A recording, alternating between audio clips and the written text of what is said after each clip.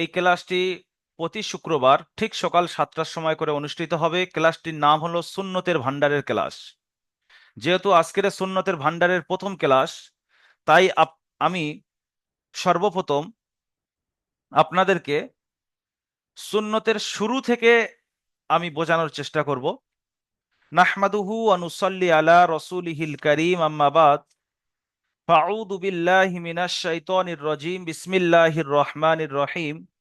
ইয়া আইয়ুহাল্লাযীনা আমানু আতিউল্লাহ ওয়া আতিউর রাসূল ওয়ালা তাওয়াল্লাউ আন। সাদাকাল্লাহুল আযীম। সর্বপ্রথম আজকের আমরা একটা জিনিস মুখস্থ করব, সুন্নত কাকে বলে। সুন্নাত জিনিসটা কি? শুধু আমরা জানি সুন্নাত, সুন্নাত, সুন্নাত, কিন্তু সুন্নাতের সংজ্ঞাটা কি?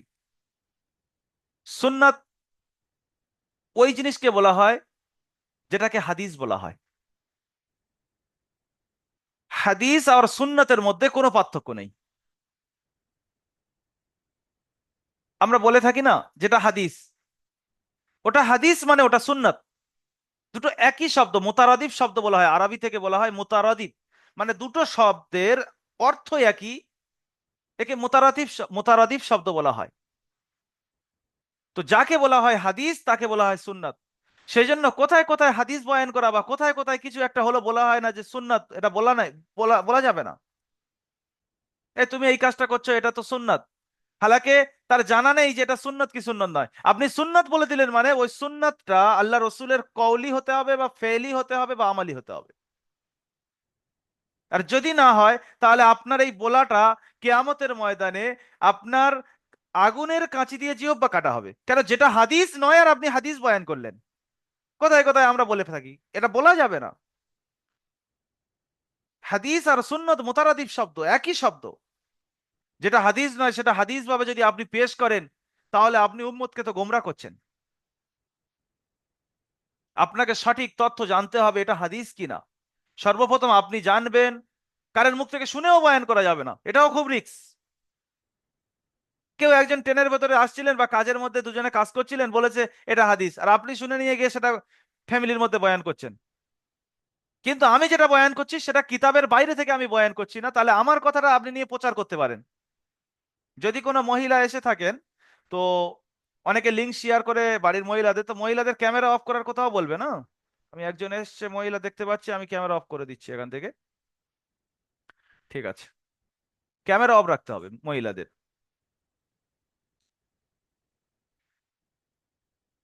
সুন্নাত কাকে বলে?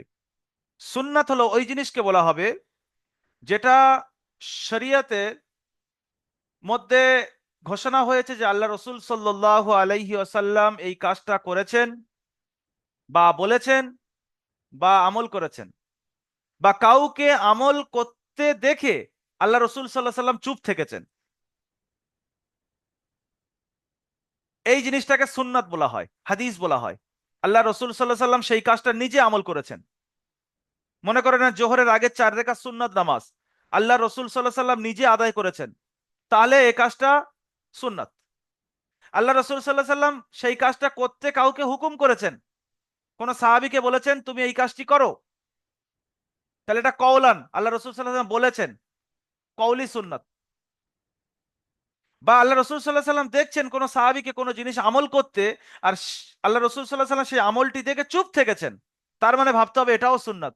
যদি ওটা সুন্নাতের খেলাফ হতো, আল্লাহ রসুল সাল্লাহ সাল্লাম ওনাকে করতে মানা করতো। কওলান, ফেলান, তাকরিরান, যে জিনিসটা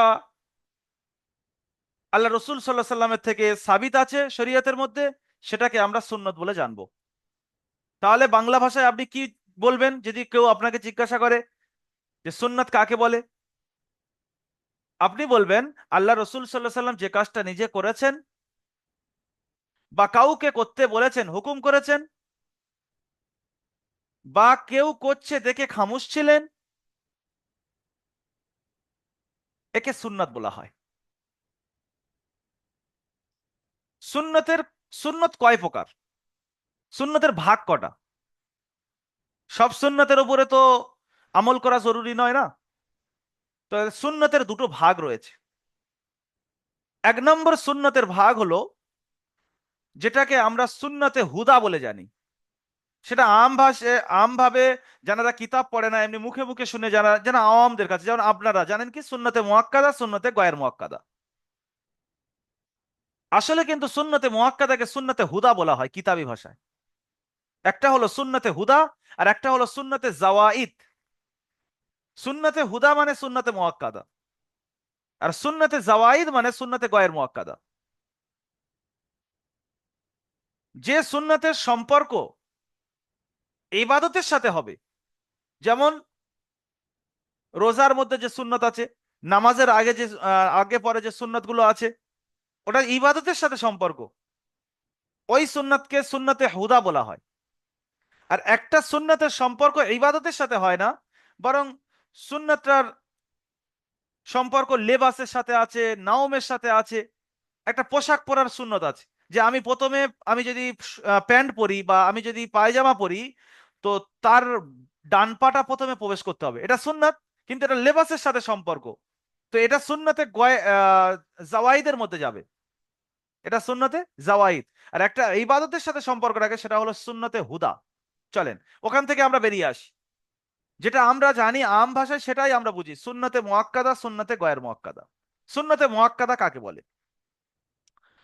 আল্লাহ রসুল সাল্লাল্লাহু আলাইহি ওয়াসাল্লাম যেই সুন্নতটা আদায় করার ব্যাপারে তাকিদ দিয়েছেন, গুরুত্ব দিয়েছেন, সেই সুন্নতটির উপরে কোনো সময় আমল করার থেকে বিরত থাকেননি। যেমন উদাহরণস্বরূপ ফজরের আগে দু রাকাত যে সুন্নাত রয়েছে, এই সুন্নাত থেকে আল্লাহ রসুল সাল্লাহ সাল্লাম কোনো সময় বিরত থাকেননি, সর্বদা আমল করেছেন এই সুন্নতটার উপরে। এই সুন্নাতকে সুন্নতে মুআক্কাদা বলা হয়। সুন্নতে গয়ের মুআক্কাদা, আল্লাহ রসুল সাল্লাল্লাহু আলাইহি সাল্লাম যে সুন্নতটা কখনো কখনো আদায় করেছেন, আবার কখনো আদায় করেননি, ছেড়ে দিয়েছেন, এই সুন্নতকে সুন্নতে গয়ের মুআক্কাদা বলা হয়। এটা দাওয়াম ভাবে, মানে একদম তারতিবান, যেটাকে কনসিস্টেন্সি বলা হয়, একদম ধারাবাহিকতা আমল করে গিয়েছে। এই সুন্নতকে আহ যেটা কনসিস্টেন্সি আছে সেটা তো মুআক্কাদা, যেটা নেই সেটা গয়ের মুআক্কাদা। যেমন জোহরের নামাজ আপনি 4 রাকাত ফরজ নামাজ পড়েছেন, তারপরে 2 রাকাত সুন্নতটা তো মুআক্কাদা, তারপরে যে 2 রাকাত সুন্নতটা, এটা মনে করে নেন। বা আপনি মনে করেন আওয়াবিনের যে নামাজ আছে, বা চাস্তের যে নামাজ আছে, বা তাহাজ্জুদের যে নামাজ আছে, আমাদের জন্য তাহাজ্জুদের নামাজ তো গয়ের মুআক্কাদা, কিন্তু আহ রসুলদের উপরে তাহাজ্জুদের নামাজ ছিল একদম জরুরি, আদায় করতেন, আদায় করতেন তারা। এই তাহাজ্জুদের নামাজের ব্যাপারে এসছে, এটা যেহেতু আমি বলেছি সেই জন্য বলে দিচ্ছি, যদি উম্মতের এই কষ্টের দিকে না তাকাতেন, তাহাজ্জুদের নামাজটাও আমাদের জন্য খুব জরুরি করে দিত।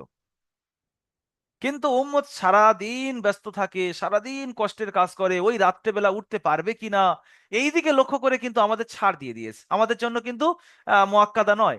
আমরা আদায় করলে সওয়াব হবে, না করলে আমাদের গুনাহ হবে না। তাহলে আমরা বুঝতে পারলাম সুন্নতে মুআক্কাদা কাকে বলে আর সুন্নতে গয়ের মুআক্কাদা কাকে বলে।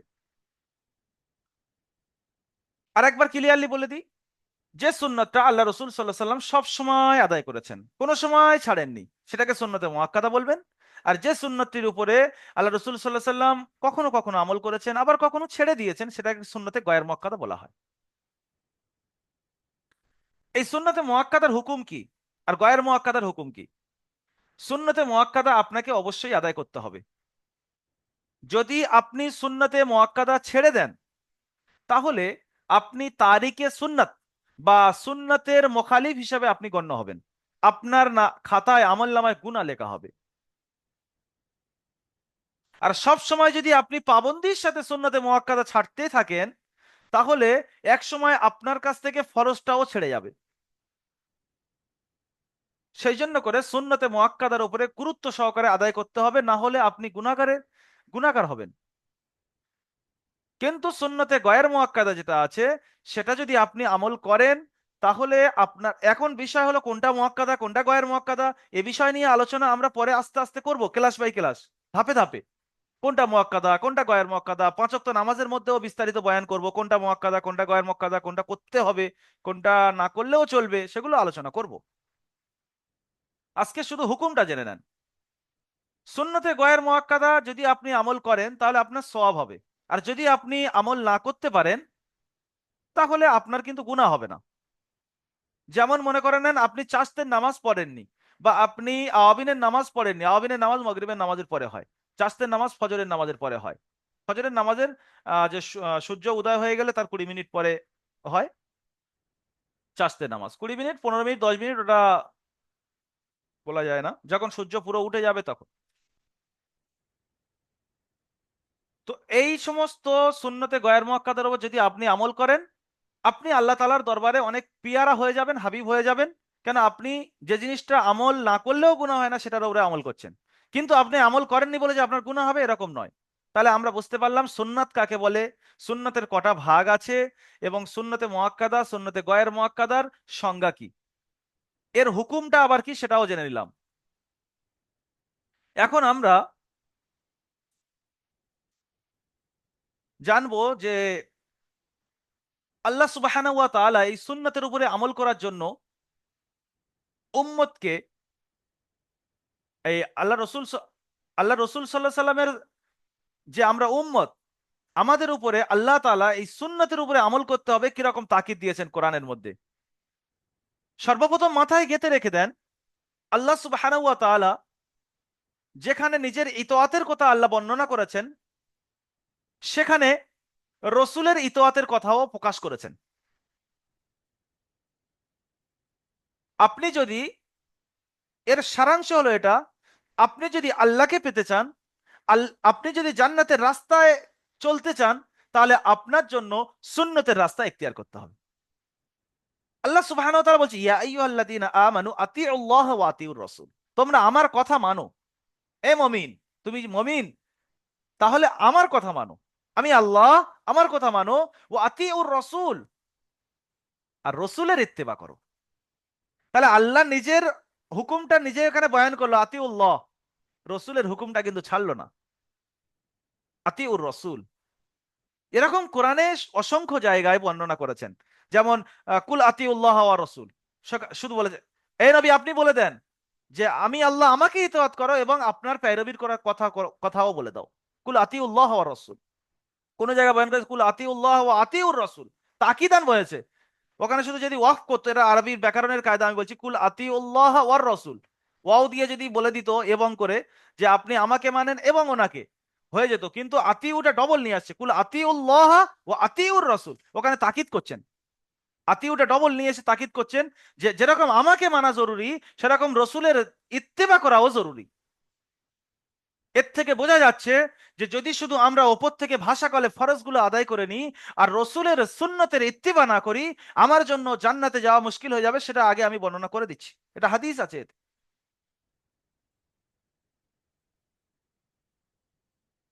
মাই ইউতিউর রাসূল ফাকাদ আতা আল্লাহ, বলছে যে ব্যক্তি রসুল সাল্লাল্লাহু আলাইহি সাল্লামের ইতোয়াত করলো সে যেন আল্লাহর ইতোয়াত করলো। এর এর ব্যাখ্যাটা কি? রসুলের ইত্তেবা করলো, সে আল্লাহর ইত্তেবা করলো। কোনো প্রমাণ নেই যে রসুল সাল্লাল্লাহু আলাইহি সাল্লাম বা দুনিয়াতে যত রসুল এসছে তারা আল্লাহর কথার খেলাপে কোনো জিনিস আমল করেছে, এরকম কোনো প্রমাণ নেই। কেউ বলতে পারবে না, সাবিত করতে পারবে না। যেমন আমাদের রসুলের কথা মনে করে নেন, হযরত মুহাম্মদ মুস্তাফা সাল্লাল্লাহু আলাইহি ওয়াসাল্লাম, সবাই দরুদ পড়ে নেবেন, সাল্লাল্লাহু আলাইহি ওয়াসাল্লাম। কোন সময় আল্লাহ যে জিনিস করতে বলেছে তার খেলাপ কাজ করেছেন, এরকম কোন হাদিস থেকে, কোন জায়গায় থেকে প্রমাণ নেই। সুতরাং ওই জিনিস করেছেন যেটা আল্লাহ করতে বলেছেন। তো যখন যে কাজটা আল্লাহ করতে বলেছেন আল্লাহ রসুল সেই কাজটাই করছে, তো আপনি যখন আল্লাহর রসুলের ইত্তেবা করবেন তখন কার ইত্তেবা হবে? আল্লাহর কথার ইত্তেবা হবে। কেন? আল্লাহর রসুল আল্লাহর ইত্তেবা পরিপূর্ণ করেন। আল্লাহ যে কথা বলেন সেইটার উপরে আমল করেন। তখন আপনি যখন আল্লাহ রসুলের কথা অনুযায়ী চলবেন, তখন আপনার ওই আমলটা আল্লাহর কথার সাথেও মিলে যাবে। সেই জন্য বলছে যে ব্যক্তি রসুলের ইতোয়াত করলো সে যেন আল্লাহ তাআলারই ইতোয়াত করলো। এর এর এই ব্যাপারে বলেও দিয়েছেন যে রসুল সাল্লাহ সাল্লাম কা হর কল ও ফেল আল্লাহ কে হুকুম আর উসকি মর্জি কে মুআফিক হতা है। এই জন্য করে আল্লাহ রসুল সাল্লাহ সাল্লামের প্রত্যেকটা কাজ, প্রত্যেকটা আমল, আল্লাহ রসুল সাল্লাহ সাল্লামের প্রত্যেকটা জিনিস আল্লাহ তাআলা রেজামন্দির জন্য হয়। সুতরাং আপনি আল্লাহ রসুলের ইত্তেবা ছাড়া যদি মনে করেন কামিয়াব হব, এটা কোনোভাবে সম্ভব নয়। এটা কোনোভাবে সম্ভব নয়।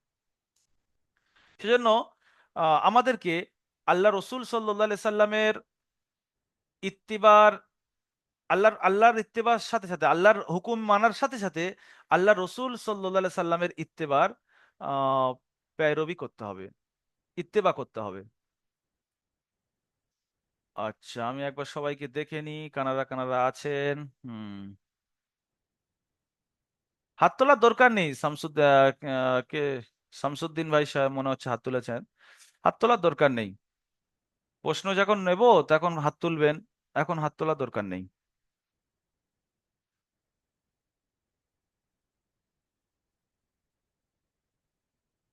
হজরতে আবু হুরাইরা রাদিয়াল্লাহু তাআলা আনহু থেকে বর্ণনা আছে এটা, আল্লাহ আর আবু হুরাইরা রাদিয়াল্লাহু তাআলা আনহু বর্ণনা করেছেন, আল্লাহ রাসূল সাল্লাল্লাহু আলাইহি সাল্লাম বলছেন,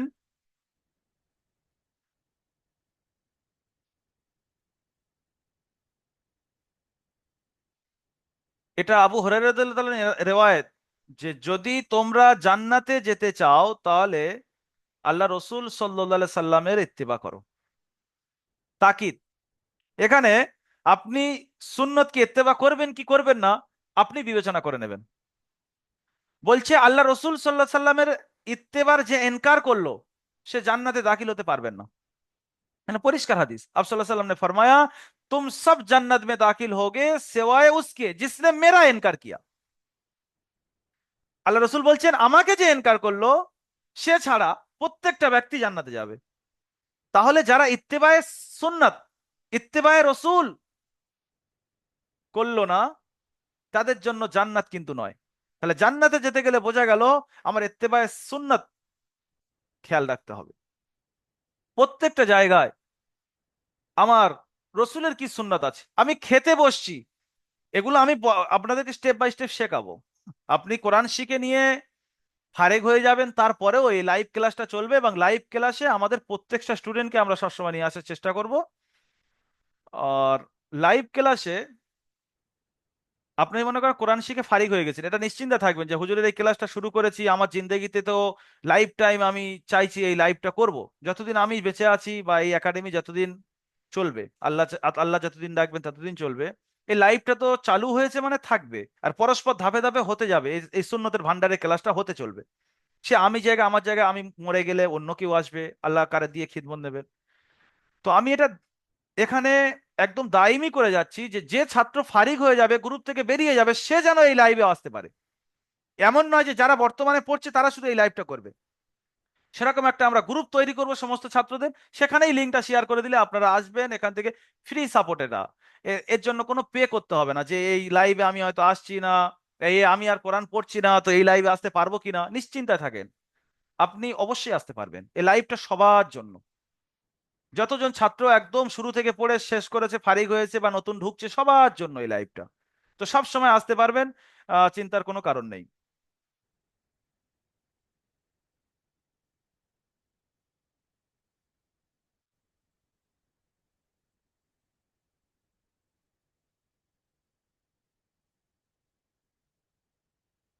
তবরানি নে औसत में হযরত আবু হুরায়রা রাদিয়াল্লাহু তাআলা আনহু রিওয়ায়াত, এটা আমরা একটা ভুল ব্যাখ্যা করি যে একটা সুন্নতের উপরে আমল করলে 100 শহীদের সওয়াব।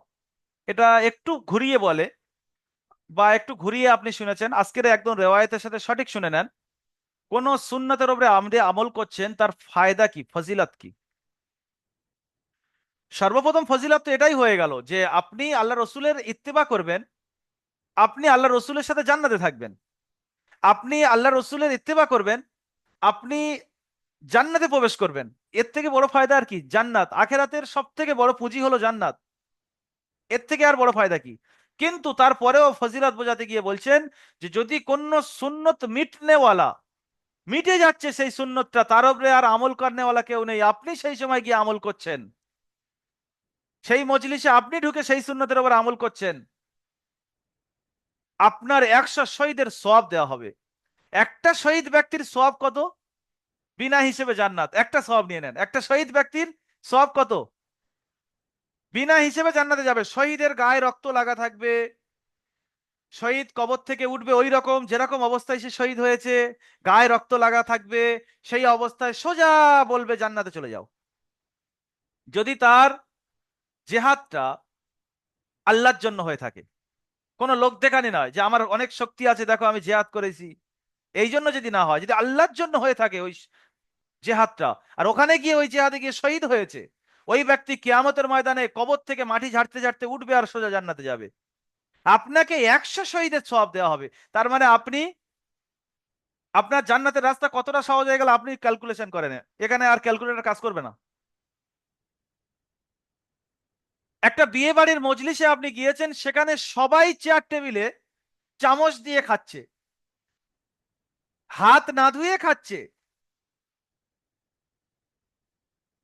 বা বর্তমানে পরিস্থিতি এমন হয়েছে বিয়ে মানে দাঁড়িয়ে খাওয়ার সিস্টেম, হয়তো আমাদের পশ্চিমবাংলায় এখনো কম আছে, এখনো মানুষ বসার ব্যবস্থা করছে। ইউপির দিকে আমরা যখন পড়েছি দেখে এসছি যে চলে গেল, একটা হোটেলের ব্যবস্থা করে দিল, ওখানে বিয়ে হচ্ছে, খানা চতুর্দিকে চতুর্দিকে লাগিয়ে দিয়েছে, একটা হল রয়েছে, ওপরে পাখা চলছে বা এসির মধ্যে আছে, আপনি প্লেট নিয়ে যাবেন, যেটা পছন্দ নিয়ে আসেন, আর ওই হলের মধ্যে দাঁড়িয়ে দাঁড়িয়ে খান, ওখানে চেয়ার টেবিলের কোনো ব্যবস্থা নেই। তো এই সিস্টেমটা যদি আল্লাহ না করুক পুরো ওয়ার্ল্ডে চালু হয়ে গিয়েছে, তাহলে খানা খাওয়ার সময় যে বসে খাওয়া সুন্নত, দস্তরখানায় খাওয়া সুন্নত, হাত ধুয়ে খাওয়া সুন্নত, এই সুন্নত গুলো সমস্ত সব মিটে যাবে চামচে খাচ্ছে। এরকম যদি উদাহরণস্বরূপ বোঝাচ্ছি, এরকম যদি পরিস্থিতি পুরো ওয়ার্ল্ডে হয়ে যায়, আপনি ওই সময় যখন কোনো ওই রকম দাওয়াতে গিয়েছেন, গিয়ে আর একটা জায়গায় নিচে আপনি বিস্তার করছেন, বসার জন্য একটা জায়গা বানাচ্ছেন, আর খানা ওখান থেকে নিয়ে এসে আপনি একটা দস্তরখান বিছিয়েছেন, হাত দুটো ধুয়েছেন, ধুয়ে আপনি হাতে খাচ্ছেন, সকলে আপনার দিকে দেখবে এর এই ব্যক্তিটা কে রে। এখানে একটা মজলিস চলছে, সকলে বাঁ হাত দিয়ে চা খাচ্ছে আর ও ডান হাত দিয়ে চা খাচ্ছে। এখানে একটা মজলিস চলছে, সবাই দাঁড়িয়ে খাচ্ছে, ও কোণে বসে খাচ্ছে, পাগল নাকি? তাহলে আপনি দুনিয়াতে সকলের নজরে পাগল হিসেবে গণ্য হলেন, আল্লাহর নজরে 100 শহীদের সব আপনার ওখানে আপনার আমল নামায় উঠে গেল। দুনিয়াতে মানুষ আপনাকে কি বললো? পাগল। এ সিস্টেম বোঝে না, এ দুনিয়ার সাথে আপডেট হতে পারেনি, অনেক কিছু অনেক মানুষ বলবে, কিন্তু আপনি ওখানে সুন্নতের দিকে লক্ষ্য করে এক কোণে বসে আপনি খাচ্ছেন। একটা সুন্নত মিটনেওয়ালা ছিল আর আপনি সুন্নতটা জিন্দা করছেন ওই কোণে বসে। দুনিয়ার মানুষ আপনাকে হেয় ভাবে দেখবে, হয়তো কেউ যাওয়ার সময় পাগল ভেবে আপনার গায়ে পাও তুলে দেবে। আল্লাহর দরবারে ওখানে আপনার কাছে 100 শহীদের সওয়াবের আপনার আমল নামায় লেখা হয়ে গিয়েছে। তো 100 শহীদের সওয়াব কখন? যখন একটা সুন্নত মিটে যাচ্ছে আর আপনি তার উপরে আমল করছেন। পুরো মজলিসে মাথায় কারের টুপি নেই, পুরো আম ভাবে একটা মেজাজ হয়ে গিয়েছে যে টুপি দেওয়াটা, মাথায় টুপি রাখাটা এটা একটা বড় সুন্নাত, ইসলামের একটা শান শওকাত প্রকাশ হয়। আপনি মুসলমান, তার প্রকাশ হয় দাড়ি টুপি যদি থাকে। আপনার লেবাসে হয়তো পাঞ্জাবি নেই, কিন্তু মানুষ যদি মাথায় টুপি আর দাড়ি থাকে বলবে মুসলমান। তাহলে ইসলামের একটা শান শওকাতের থেকে প্রকাশ পায়। পুরো আম ভাবে একটা মেজাজ হয়ে গেছে, টুপি না পরা, টুপি না পরে নামাজ পড়ছে, টুপি না পরে খাচ্ছে, টুপি না পরে বাইরে চলাফেরা করছে। আপনি সেই সময় টুপি পরে পুরো দুনিয়ায় চলাফেরা করছেন, লোক যা বলে বলবে, কিন্তু আল্লাহ রসুলের সুন্নত আমি চিন্তা করছি। এই সময় আল্লাহ আপনার খাতায় 100 শহীদের সওয়াব লিখে দেবেন। উদাহরণটা আপনারা বুঝতে পেরেছেন। সুন্নতের উপরে আমল করা বা সুন্নত যেটা জিন্দা হচ্ছে না, মরে যাচ্ছে, সেই সুন্নতকে তুলে ধরা কতটা সওয়াবের ব্যাপার। আমি আপনি সুন্নত থেকে কিভাবে দূরে থাকতে পারি, এই সুন্নতের ক্লাস থেকে আপনি বিবেচনা করতে পারেন।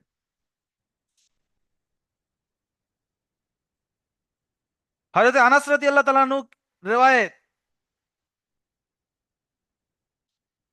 যে যে ব্যক্তি আমার সুন্নতকে জিন্দা করলো সে আমাকে মহব্বত করলো, আর যে ব্যক্তি আমাকে মহব্বত করলো সে আমার সাথে জান্নাতে থাকবে।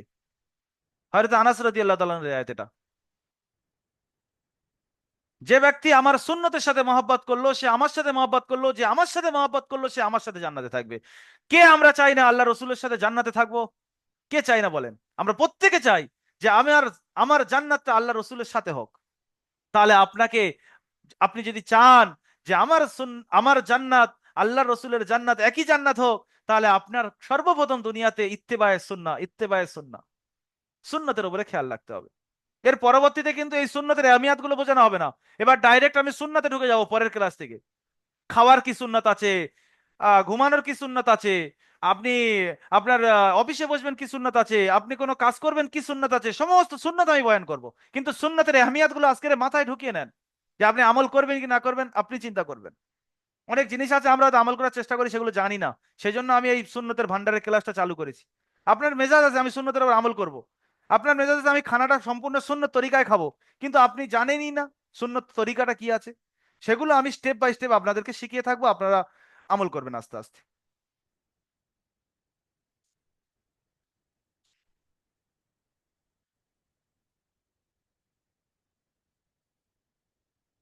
আজকের একটা সুন্নতের বর্ণনা করব আমি, সেটা হলো खाने के मुतालिक रसूल सल्लल्लाहु अलैहि वसल्लम के उस्वा हसना का बयान। हाथ धोना तमाम अंबिया अलैहिस्सलातु वस्सलाम की सुन्नत है। আমরা যখন খানা শুরু করি, খানার সুন্নত কি আছে, সর্বপ্রথম আমাদের হাত ধোয়া। এই হাত ধোয়ার ব্যাপারে বলছেন যে যত নবী আর রসুল দুনিয়াতে গুজরেছেন, এই সমস্ত নবী এবং রসুলদের সুন্নত হলো হাত ধোয়া। শুধু আমাদের রসুলের সুন্নত নয়, এটা সমস্ত আম্বিয়ার সুন্নত। এটা হাত ধুয়ে আপনাকে খানা খেতে হবে, দুটো হাত আপনাকে ধৌত করতে হবে, তারপরে খানা খেতে, একটা হাত নয়। আপনি যদি চামচেও খানা খান, তারপরেও এ মনে করেন না এই হাত ধোয়াটা সুন্নত, আপনার হাতে ময়লা না থাকলেও হাত ধোয়াটা সুন্নত সর্ব অবস্থায়। হাত ধোয়া সুন্নত মানে আপনাকে দুটো হাত ধুইতে হবে। আমরা কি করি, শুধু একটুখানি এই আমুল কোটা টুক করে একটু ভিজিয়ে নিই, তাও একটা না, দুটো হাত ধুইতে হবে। এই দুটো হাত আপনাকে ভালো করে কবজি পর্যন্ত ধোয়াটা, এটা হলো খানার সুন্নত। এটা শুধু আল্লাহর আমাদের রসুলের হযরত মুহাম্মদ মুস্তাফা সাল্লাল্লাহু আলাইহি সাল্লামের সুন্নত নয়, যত নবী রসুল দুনিয়াতে গুজরেছেন সবার সুন্নত। হযরত ইবনে আব্বাস রাদিয়াল্লাহু তাআলা আনহুর এটা কল, যে উনি বলছেন খাওয়ার আগে এবং পরে হাত ধোয়া এটা সমস্ত নবী এবং রসুলদের সুন্নত। আর এই সুন্নতের ফায়দা হলো এটা, সর্বপ্রথম আপনি যখন হাত ধুয়ে খানা খাবেন, আপনি যে রুজি রুটি তালাশ করছেন, সারাদিন বেশি বেশি করে মেহনত করছেন আপনার ঘর থেকে গুরবাত দূর করার জন্য, আপনার কর্জ আদায় করার জন্য, আপনি ঋণ মুক্ত হবেন, দেনা থেকে আপনি খালি হবেন। সব থেকে মানুষ খুশি হ্যাপি মানুষ কোন মানুষটা জানেন, যে লোন ফ্রি মানুষ, যার কাছে কেউ কোনো টাকা পয়সা পায় না। এই মানুষটার আগে দুনিয়া, তার কাছে হয়তো ভালো একটা ঘর নেই, তার কাছে মনে করে নেন অনেক টাকা পয়সা বাক্সে জমানো নেই, কিন্তু তার কাছে কোনো ব্যক্তি টাকা পায় না, লোন ফ্রি ব্যক্তি সব থেকে বড় হ্যাপি। আপনি মানেন না মানেন, আমি এটা ভালো বুঝি, লোন ফ্রি। তাহলে লোন ফ্রি হতে গেলে আমরা কি করছি, আমি আমার দেনাগুলো সব শোধ করব। আমার কাছে কেউ 1 লাখ পায়, কেউ 50,000 পায়, কেউ 10,000, কেউ 5 টাকা, কেউ 10 টাকা।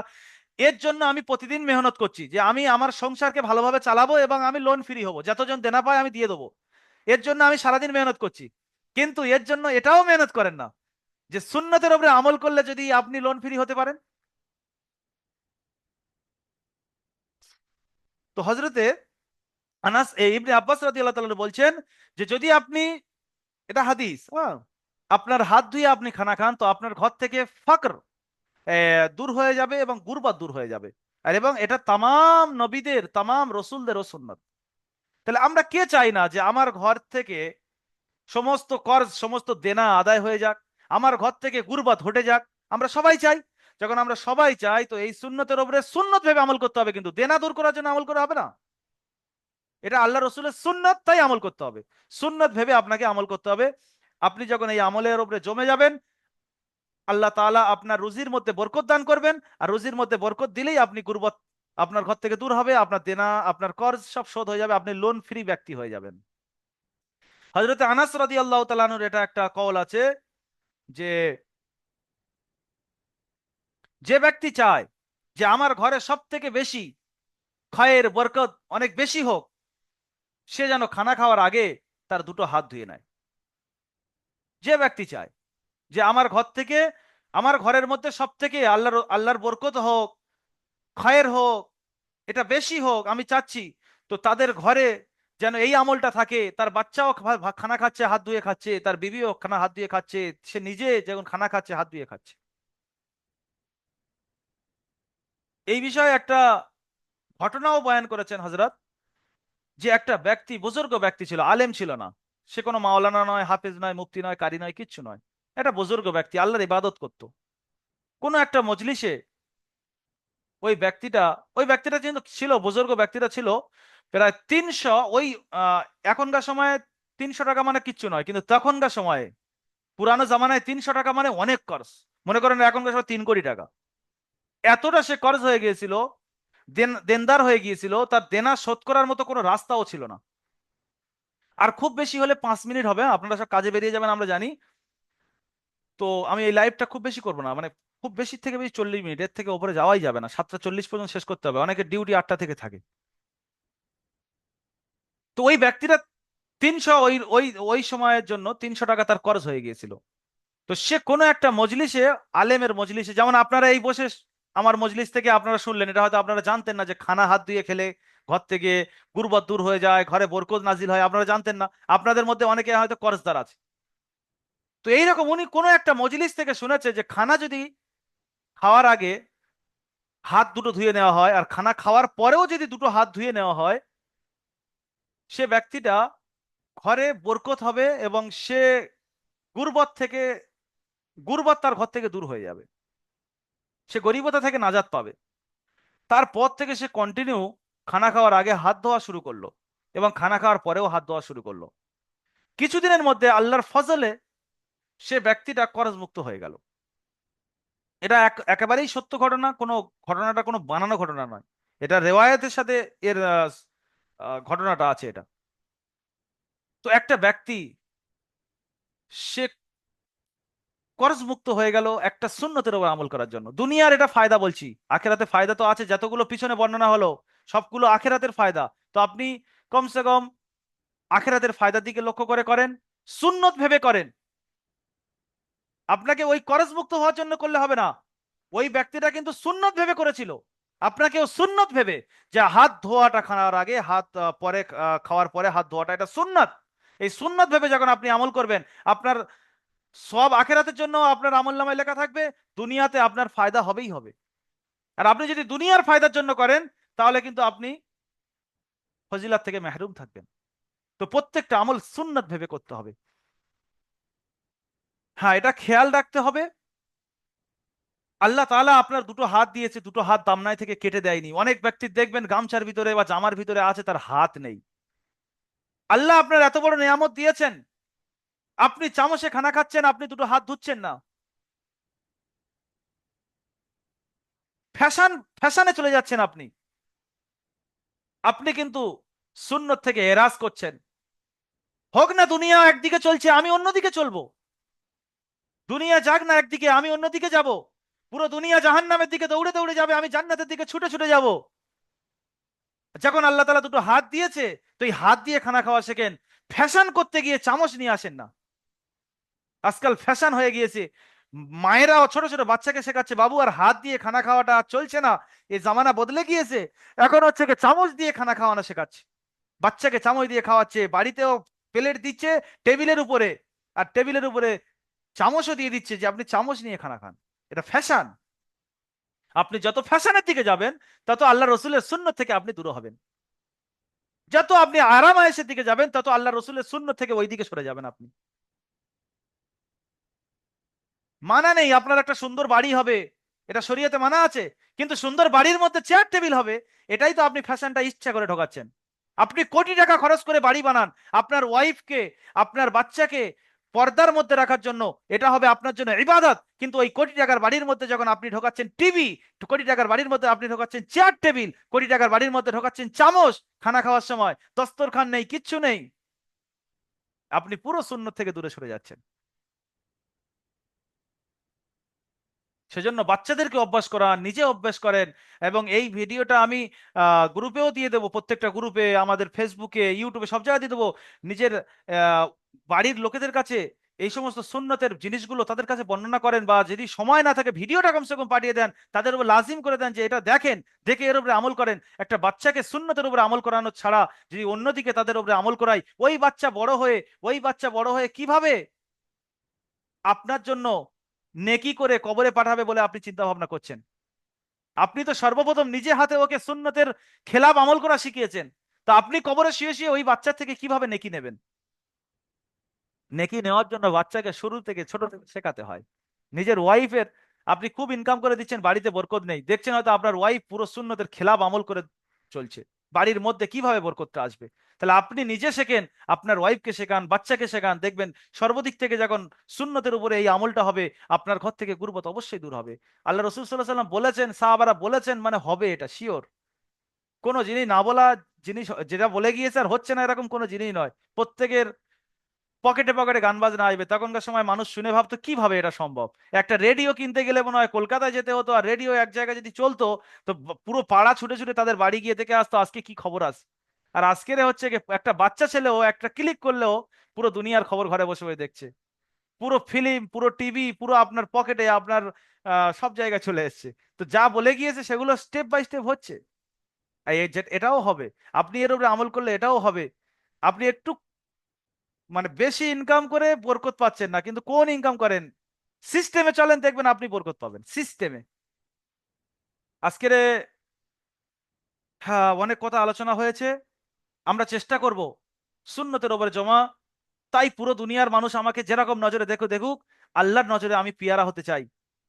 তবে হাত ধোয়াটা বর্তনে ধোবেন না।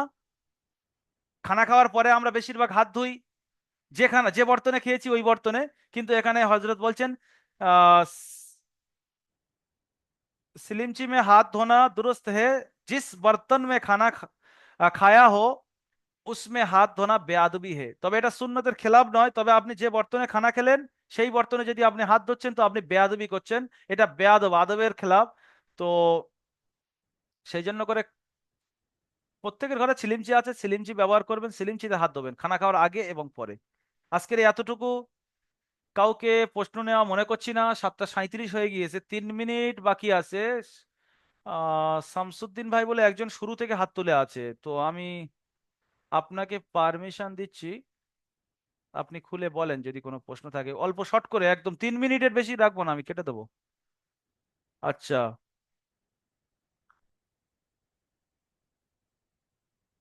লাইভে অনেকে এসছেন আলহামদুলিল্লাহ, এত সকালে লাইভ করছি তারপরেও আপনারা অ্যাক্টিভ আছেন, 110 জন প্রায় লাইভে এসছেন। হ্যাঁ, আল্লাহ তালা আপনাদের এই সুন্নতের উপরে আমল করার তৌফিক দান করুন, সুন্নতের উপরে জমে যাওয়া তৌফিক দান করুন। ওমর ফারুক ভাই, আপনি বলবেন কিছু, বলেন, আমি পারমিশন দিয়েছি। আর কেউ খুলবেন না কিন্তু, খুললে একদম লাইভটা বলছিলাম চিল্লামিল্লি কি করে হয়ে যাবে। আমাদের কাজের বলছিলাম কি আমার কাজের সময় হয় এই জন্য আমি বলতে বেরিয়ে যাচ্ছি, আমি বাসে এটা সব ডিউটিতে সময়ের জন্য যাওয়ার জন্য গাড়িতে পারমিশন বসছি। দেওয়া থাকলো, যে যাদের কোনো, আমাদের এখানে সর্বপ্রথম বলি আমরা কি, কর্মের কোনো ক্ষতি করে ক্লাস করা যাবে না। এটা তো লাইভ আছে, ভিডিও রেকর্ড আছে, তার আপনার কর্মের কেন ক্ষতি করবেন? এটা তো না আমি না, দিয়ে আমি দেবো। দেখলাম হুম। সকালবেলা, দেখলাম তো নতুন ঢুকছে, ওই জন্য আমি একটু চেষ্টা করে দেখলি না, এটা প্রতি চেষ্টা করে দেখি। শুক্রবার হবে এরকম 7টা থেকে, বা আরো আগে থেকে একটু শুরু করবো, 10 মিনিট করে, আর আচ্ছা 7টা আচ্ছা, ঠিক সাড়ে আছে, ঠিক সাতটা আছে। 7টা 40 পর্যন্ত শেষ করে দেবো। কর্মের কোনো ক্ষতি করে ভাই ক্লাস করা যাবে না, আগে আচ্ছা আচ্ছা, কর্ম ঠিক আছে। হুজুর মেনটেন করতে সালাম হবে। আলাইকুম। ওয়ালাইকুম আসসালাম, জি বলেন বাদশা ভাই। ইনশাআল্লাহ। বলছিলাম যে এই স্লিপটিতে যে হাত ধোয়ার কথাটা বললেন, জি জি তো আমাদেরকে ছোটবেলা থেকে শিখিয়েছে আমার নানা যান জি জি। যে যে প্লেটে খাওয়া দাওয়া করবেন সেই প্লেটটা হাতটা ধোয়ার পরে সেই পানিটাকে খাওয়ার জন্য। তো এটা কি বিয়াদবি? যে প্লেটে আপনি খাচ্ছেন ওই প্লেটটা খেয়ে আপনি একদম পরিষ্কার করে খাচ্ছেন, এর সুন্নত তো আসবে। হ্যাঁ, এটা হুম। তো হলো কি, জি প্লেট পরিষ্কার করার সুন্নতের মধ্যে পড়ে যাচ্ছে, যে আপনি প্লেটটা পরিষ্কার জি করে চেটে খেলেন, তারপরে ধুয়েও খেয়ে নিলেন। কিন্তু হাত জি, ধোয়ার কথা ওটা বলছি না, ওটা তো ধুয়ে আপনি খেতে। হাত ধুলেন না, ওটা আপনি খাঞ্জা ধুয়ে খেলেন বা আচ্ছা। থালা ধুয়ে খেলেন, জি। ওটা তো আপনি ওতে হাত ধুলেন না, না। হুম, জি ও আচ্ছা। সুন্নাত আসবে, স্টেপ বাই স্টেপ ওগুলো আসবে। আপনি যে কথা বলছি যে জি খানা খাওয়ার পরে হাত ধোয়ার কথাটা বলছি, ওটা আপনি যেটা বলেছেন এর সাথে ম্যাচ আচ্ছা খাচ্ছে না। আচ্ছা। ওটা প্লেট জি, ধুয়ে খাচ্ছেন, ওটা হাত ধুচ্ছেন আপনি প্লেট বাইরে। ধুয়ে মানে, জি আচ্ছা। ঠিক আছে, ঠিক আছে। আজকের দেখুন হাত তুলেও আমি প্রশ্ন নেব ওয়ালাইকুম। না। একটু একটা কথা বলে দেবো? আচ্ছা আচ্ছা, বলেন, টাইম অনেক বেশি হয়ে জি, গেছে। আপনার ওয়েল এন্ড গুড আলোচনা খুব ভালো ছিল। তো আমার যেটা জানা মতে বা কিছুদিন আগে জানতে পেরেছি, আপনি যেটা বলেন সুন্নতের তো অবশ্যই ভালো, কিন্তু সুন্নতে মুআক্কাদা যদি কেউ ছেড়ে যায় গুনাহগার হবে, এই কথাটার সাথে একমত হতে পারছি না। কারণ আল্লাহ রাসূল সাল্লাল্লাহু আলাইহি ওয়াসাল্লামের একটা হাদিস শুনছিলাম যে দেখেন দেখেন দেখেন, এখানে আরেকটা কথা বলে দিই, ওই জন্য আমি বিশেষ করে মাসাইলের দিকে যেতে চাই না। অনেক রকম ফেরকার মানুষ এখানে থাকেন, আমি এটাও আজকের লাইভে ক্লিয়ার করে দিচ্ছি। কিছু কিছু মাসাইলের ক্ষেত্রে কিছু কিছু ইমামের জায়গায় আলাদা হয়ে যাবে। আজকের আমি একটা ইমাম অনুসরণ করি, সেই ইমামের মতে যদি সুন্নতে মুআক্কাদা তরককারী গুনাহগার হয়, অন্য ইমামের মতে এরকম আছে, ফরজ ছাড়নেওয়ালা গুনাহগার হবে কিন্তু সুন্নতে মুআক্কাদা ছাড়নেওয়ালা গুনাহগার হবে না। তাহলে আপনি যদি আমার ইমামের সাথে মত না খান আর আপনার ইমামের ওইটা যদি কল হয়, তাহলে আপনি ওই জায়গাটা চেঞ্জ করে নিতে হবে, নাহলে আমি তো লাইভ করতে পারবো না। আমি ধরুন নামাজ পড়ার সময় আমি হয়তো একজনের ইমাম, একটা ইমামের কথা বয়ান করতে পারবো যে কান পর্যন্ত হাত উঠানো, যেটা আমি অনুসরণ করি, আর হাতটা বাঁধা হবে কোথায় সেটার ব্যাপারে আমি যেটা বাঁধি সেটা বললাম। কিন্তু আপনি অন্য ইমামের অনুসরণ করেন, আপনি তাহলে আপনার ইমামের মতো মেনে নেবেন যে কাঁধ পর্যন্ত হাত তোলা, বুকে হাত বেঁধে নেওয়া। তাহলে এইটা যদি আপনি কম্প্রোমাইজ না করতে পারেন তাহলে কিন্তু লাইভটা করাটা বড় মুশকিল হয়ে যাবে, কারণ এখানে অনেক রকম ঠিক ফেরকার এসব মানুষ আছে। হ্যাঁ, এসব কথাটা সত্য কথা। দাঁড়ান দাঁড়ান, যে কেউ কথাটা কোনো বলবেন কথা এটা বলবেন সঠিক না, কথা। কেউ কোনো কথা বলবেন না, আমি সিস্টেমটা পুরো বুঝিয়ে দিচ্ছি। আমার কথার সাথে জানার আমলের ম্যাচ খাবে না, নিশ্চয়ই ইমাম চেঞ্জ আছে। ইমাম চেঞ্জ মানে আপনাকে ওই জায়গাটা কম্প্রোমাইজ করে নিতে হবে যে হুজুরের সব কথা ভালো লেগেছে, এইটা আমার সাথে ম্যাচ খেলো না, তাহলে ওইটা আপনি যে আমল করেন সেটাই করবেন আর আমারটা ছেড়ে দেবেন। আমি বলছি না যে আমার ইমামের উপরে তোমার অনুসরণ করতে হবে, এটা আপনাদের একদম কান খুলে নেবেন তাহলে লাইভে আসবেন, তা না হলে কিন্তু লাইভে এলে ঝামেলা হয়ে যাবে যে হুজুর বললো এইটা, তার মানে কি আমারটা ভুল, আমি আপনারটা ভুল বললাম না, এটা আমারটা হয়তো আমি বয়ান করে ফেলেছি বলতে বলতে, আপনারটা আপনার জায়গা সঠিক, আমারটাও আমার জায়গা সঠিক। আমি কাউকে অনুসরণ করছি, আপনি কাউকে অনুসরণ করছেন, তাহলে আপনি আপনার জায়গা সঠিক, আমি আমার জায়গা সঠিক। এখন বয়ান করতে গিয়ে হয়তো আমি আমারটা বলেছি আপনারটা বলিনি, তার মানে এটা আপনাকে কম্প্রোমাইজ করে নিতে হবে। সবাই সবার জায়গা সঠিক। আমি এই কোরআনের প্ল্যাটফর্মটা চালাচ্ছি, এই কোরআনী প্ল্যাটফর্মে আমি কারোর কথা নেবো না, আমি বলে দিচ্ছি এই কোরআনী প্ল্যাটফর্মে কোরআন হলো সমস্ত ইমামের নাজদিক, সমস্ত মানুষের নাজদিক আলহামদুলিল্লাহ রাব্বিল আলামিন। তো আলহামদুলিল্লাহ রাব্বিল আলামিন, কারের কাছে ইখতিলাফ নেই। আমি কোরআন শেখাচ্ছি, এক্সট্রা ফায়দা দিতে গিয়ে, কাউকে সুন্নতের ব্যাপারে আলোচনা করতে গিয়ে, কোরআনের তাফসির করতে গিয়ে যদি কোনো মাসাইলে বা যদি কোনো ক্ষেত্রে আমার থেকে আলাদা হয়ে যায়, আপনি আপনারটা আমল করবেন, আপনি আমারটা ছেড়ে দেবেন। এই রকম ভাবে কম্প্রোমাইজ করে আমাদের লাইফটা করতে হবে। আর যদি আপনারা চান যে না আমার মতো বলতে হবে, হুজুর আপনি আপনারটা কেন বলেন, আমারটা বলেন, তাহলে কিন্তু এই লাইভটা বন্ধ হয়ে যাবে। আমি লাইভ থেকে বিরত থাকবো, আমি শুধু কোরআন শেখাবো। আমি এই লাইভ থেকে আসসালামু আলাইকুম। ওয়ালাইকুম আসসালাম। আজকের এখানে প্রশ্ন নেব না, অনেক হয়েছে। আমি যেটা বলেছি আশা করি সবাই বুঝতে পেরেছেন। যদি না বুঝতে পারেন আমার লাইভে আসার দরকার নেই, আর যদি বুঝতে পারেন তাহলে লাইভে আসবেন, যেটা আপনার আমার আমার মত ছাড়া আপনার মত আলাদা হবে। আপনি কম্প্রোমাইজ করে আমারটা ছেড়ে দেবেন, আপনি যেটার উপরে আছেন সেটার উপর থাকবেন। আপনি যে জায়গাটা বুঝতে পারবেন, আপনার অনেক ইমাম আছে না, আপনি যে মসজিদে নামাজ পড়ছেন যার অনুসরণ করে সেই ইমামের কাছে বসে সেই মশলাটা ক্লিয়ার করে নেবেন, তাহলে হয়ে গেল।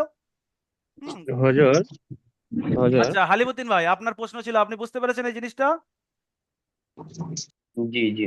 জি জি জি জি, ব্যাস, যার প্রশ্ন ছিল সে যেন ক্লিয়ার। তাহলে আর আমি কারের প্রশ্ন নিচ্ছি না, পরবর্তী লাইভে যদি প্রশ্ন নিই তো প্রশ্ন হবে। আজকের এই পর্যন্ত, সবাই ভালো থাকবেন, সুস্থ থাকবেন, কোরআনের সঙ্গে মহব্বত রাখবেন, সুন্নতের সঙ্গে মহব্বত রাখবেন।